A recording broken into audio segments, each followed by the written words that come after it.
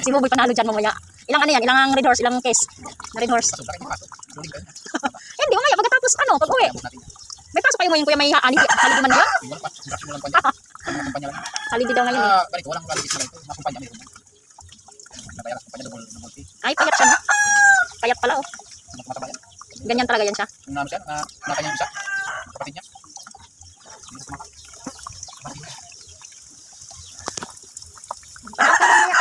Yung pressure cooker. May pressure ka, tigas ka na. Pag ano sa ano, tigas. Pag kahoy ito, ilang oras din sa kahoy yan.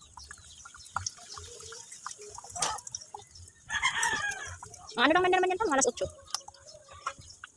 Sabi ko doon. Matalagsik. Sarap ang sabaw. Putulin mo na yung ano, dalawang paa. Yung haba ng pahid pala.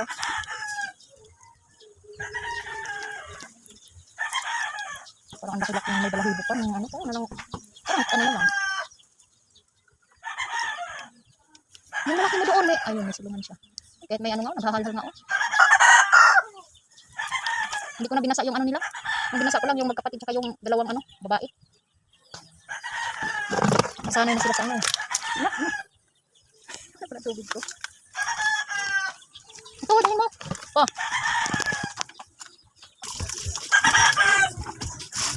Meron pa mga balahibo. Ito, lagyan mo tubig. Lagyan tubig.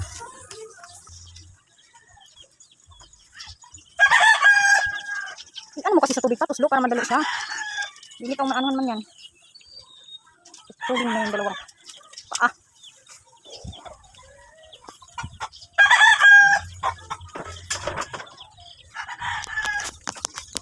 Ay, huwag kayo makulit dyan. Baka kayo isunod.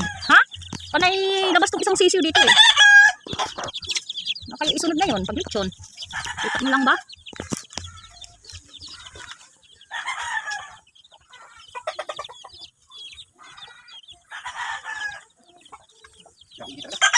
Init na sobra. Kasi talaga to si ano eh. Samson. Ano pinag...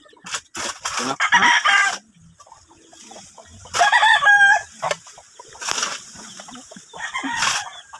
Ay, ibang ano eh. Ang tataran doon? Yung ano? Yung glass? Oh, ay hindi. Yung ano yung kahoy na doon sa ano, kusina. Yan na lang. Doon na sa lababo. Ano man? Tara. Tara, dito na hugas doon. Doon na sa lababo. Naman talaga. Uy. Nawa ko nga ang lababo yun. Para may lababo. Tapos di ka doon mag ano. Pagtad. Tara, doon. Para